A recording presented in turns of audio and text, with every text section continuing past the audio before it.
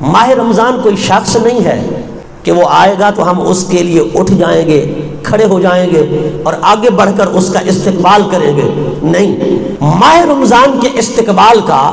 یا اسے مرحبا کہنے کا، خوش آمدید کہنے کا جو تعلق ہے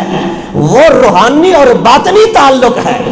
جسمانی نہیں کہ وہ کوئی شخص ہے، وہ کوئی ہستی ہے، وہ کوئی ذات ہے، آئے گی تو ہم اس کے لیے اٹھ کھڑے ہوں گے اور اس کے لیے 2 قدم چل پڑیں گے، اس کے لیے کوئی سیرے کوئی ہار کا اہتمام کریں گے. ایسا نہیں، بلکہ یہ ماہ رمضان وہ عظیم ماہ مبارک ہے جس کے آنے پر ہمیں قلبی مسرت اور خوشی ہونی چاہیے کہ ہم روحانی اعتبار سے، باطنی اعتبار سے، قلبی اعتبار سے اپنے آپ کو اتنا کشادہ محسوس کریں کہ آنے والے ماہ مبارک کی عبادات اور اس کے اندر اترنے والی برکتوں سے مالا مال ہونے کا دلی اعتبار سے تہیہ کریں اور ارادہ کر لیں.